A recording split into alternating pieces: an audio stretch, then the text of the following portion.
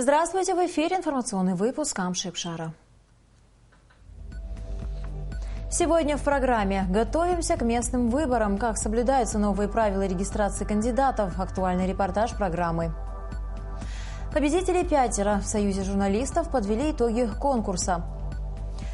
Плюс один день в году. Репортаж о том, как люди относятся к особенному дню особенного года.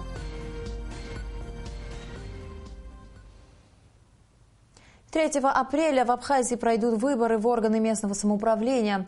В Сухумской избирательной комиссии по выборам в органы местного самоуправления вовсю кипит работа.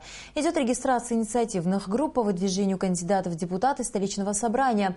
На 29 февраля уже зарегистрированы 34 инициативные группы.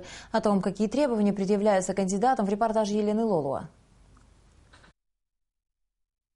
В Сухуми 26 избирательных округов и более 40 тысяч избирателей. Несмотря на то, что работа депутата местного собрания общественная, соискателей высокого депутатского звания уже немало. К примеру, в 16-м округе столицы получить депутатский мандат изъявили желание 5 человек. В других округах по 2-3 кандидата. Чтобы принять участие в выборах, кандидат в депутаты в городское или районное собрание должен набрать от 50 до 70 подписей, собранных в свою поддержку. Иван Мирафуров, руководитель инициативной группы, принес в избирательную комиссию подписные листы.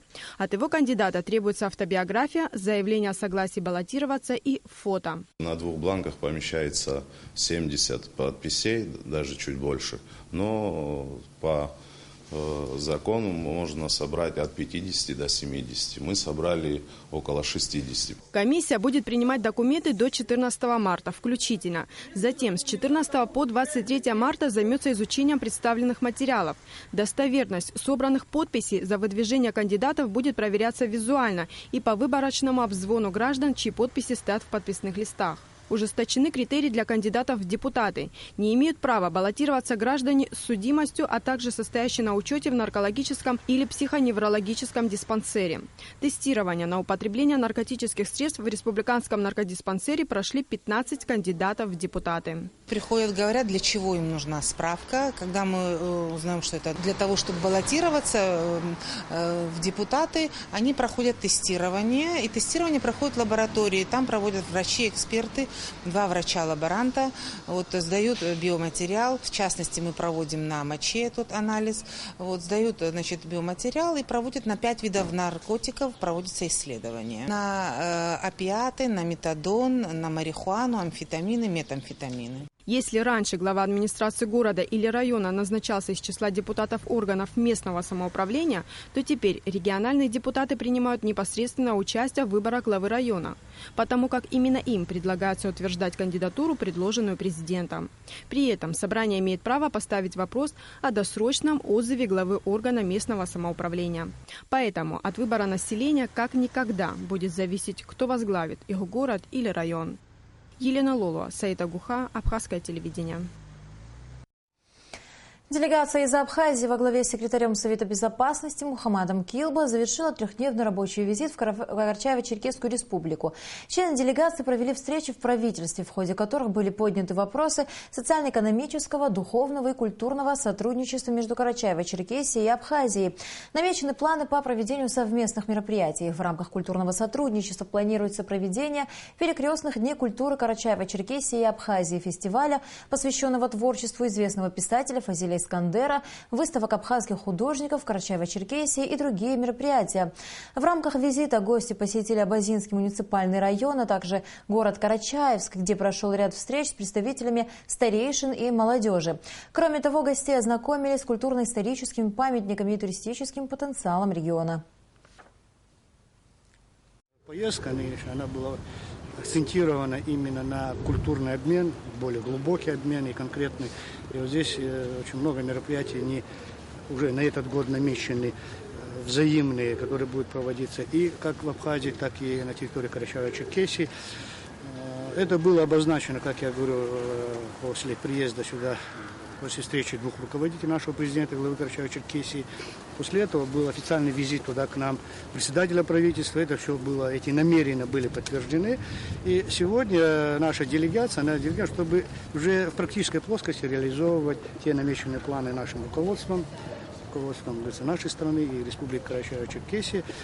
Я думаю, что за эти 2 дня были очень насыщенные, и мероприятия были достаточно такого душевного и, уровня. Сегодня в рубрике «Амшик Шара Плюс» смотрите расширенный репортаж о пребывании абхазской делегации в Карачаево-Черкесской республике.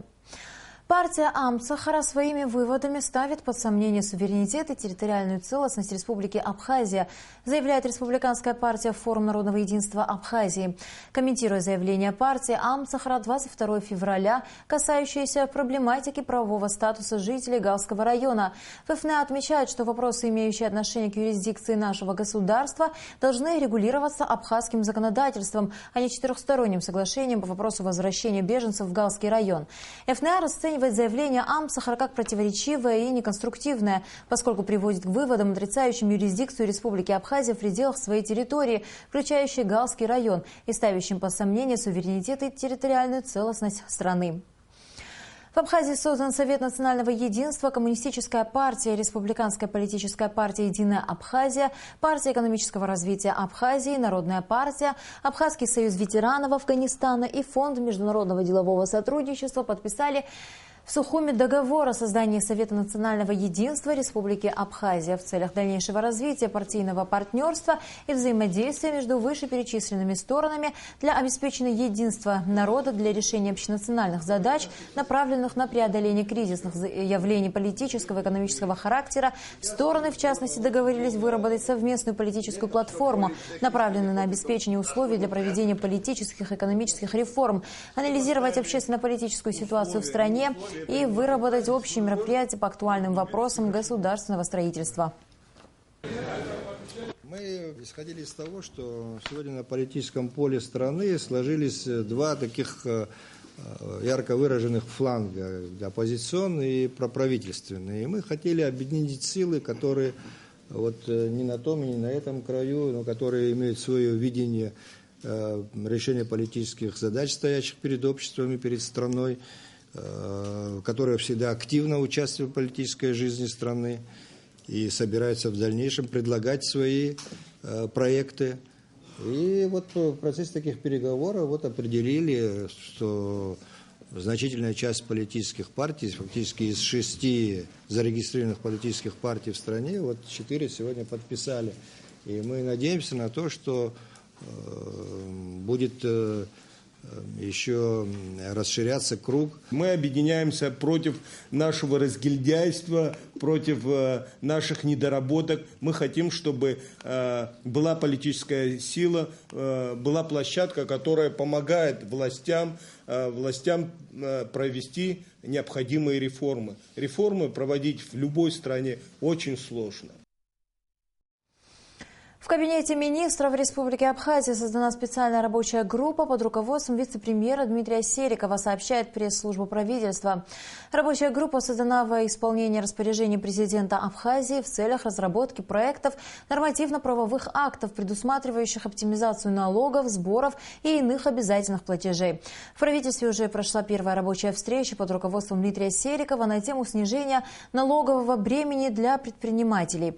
В срок до 31 марта рабочей группе необходимо представить проекты нормативно-правовых актов. 5 лучших журналистских работ стали лауреатами ежегодного конкурса Союза журналистов Абхазии. В этом году конкурс был посвящен юбилею первого президента Владислава Арзанба. Участие в нем приняли 10 журналистов. Об итогах конкурса в репортаже Сари Смыр. Конкурс Союза журналистов Абхазии уже давно стал традиционным. Ежегодно в нем принимают участие журналисты и работники государственных и независимых СМИ республики. Тема конкурса меняется каждый год. На этот раз конкурс назывался «Он свою жизнь посвятил народу» и был посвящен юбилею первого президента Абхазии Владислава Арзанба. Мы обсуждали, видели только материалы. Авторов мы не знали, читали их, а потом уже члены жюри высказывали свое мнение. И знаете, во многом мнения совпали. Вот это было удивительно. То есть нам не пришлось даже голосовать. Вот так это было все проведено. Наши журналисты смогли подойти к этой теме очень неплохо. Я с удовольствием читал эти материалы, будучи тоже членом жюри. И думаю, что те материалы, которые получили премию, вполне достойны. Членами жюри было выбрано 5 лучших журналистских работ. Каждая из них по-новому раскрывает образ первого президента Абхазии Владислава Ардзинба. Работа публициста Бочи Аджинджела «Как имя знал спасителя Апсны», опубликованная в газете «Апсны», получила первую премию. Боча Аджинджел был лично знаком с Владиславом Ардзинба, и в своей статье он старался рассказать о нем много нового. Корреспондент газеты «Республика Абхазия» Лиляна Яковлева заняла в конкурсе второе место за статью «Простота и величие» в простоте. Второе место также заняла и Гугуца Джикерба за цикл интервью с Владиславом Ардзинба, опубликованных в газете «Новый день».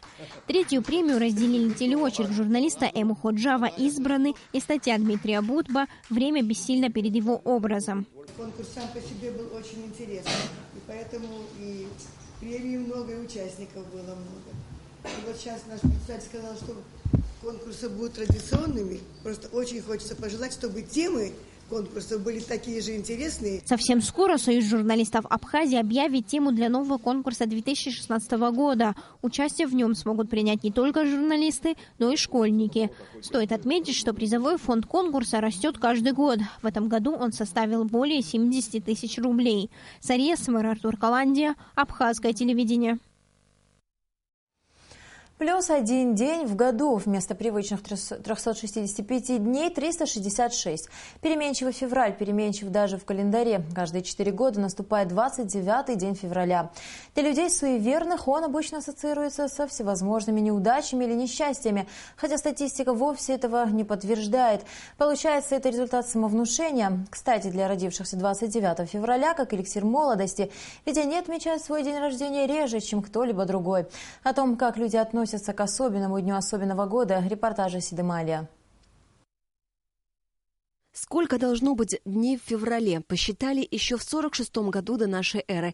По совету своих астрономов Гай Юлий Цезарь решил изменить календарь. Так, высокосный год существует благодаря нашей планете. Дело в том, что свое путешествие вокруг Солнца Земля совершает на самом деле не ровно за 365 дней, а за 365 дней и еще около 6 часов. За 4 года таким образом из этих 6 часов складываются 24. Вот и получаются еще сутки. И приходится он почему-то на февраль. Тех, кто родится на 366-й день года, обычно называют особенными. По паспорту это вечно молодые люди. Высокосные, я думаю, что это на меня особо не влияет, так как я родилась 29-го. Это мой год.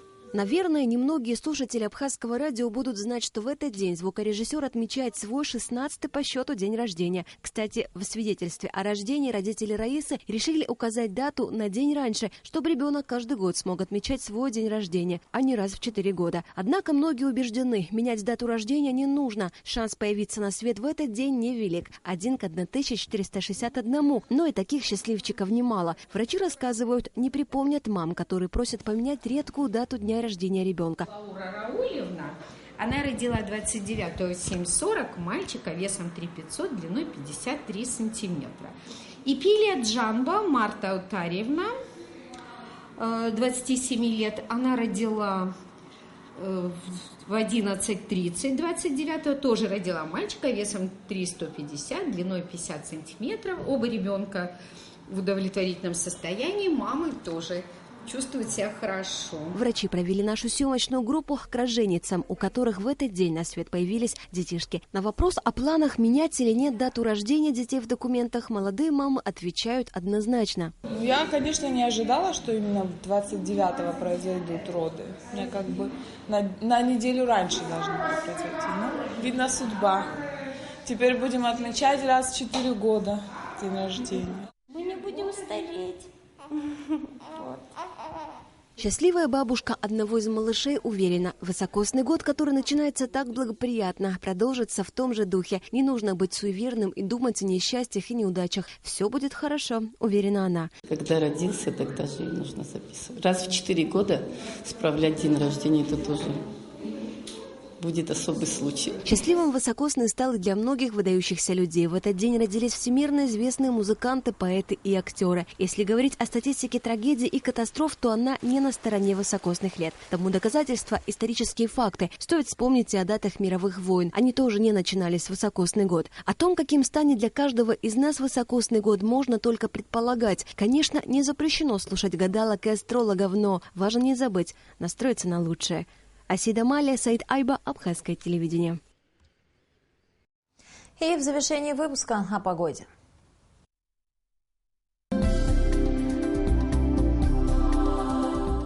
По сообщению гидрометеослужбы, в Абхазии ожидается небольшая облачность без осадков.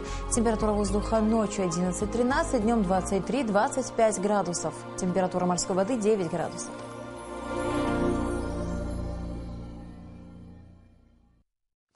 На этом наш выпуск завершен. До скорых встреч в эфире.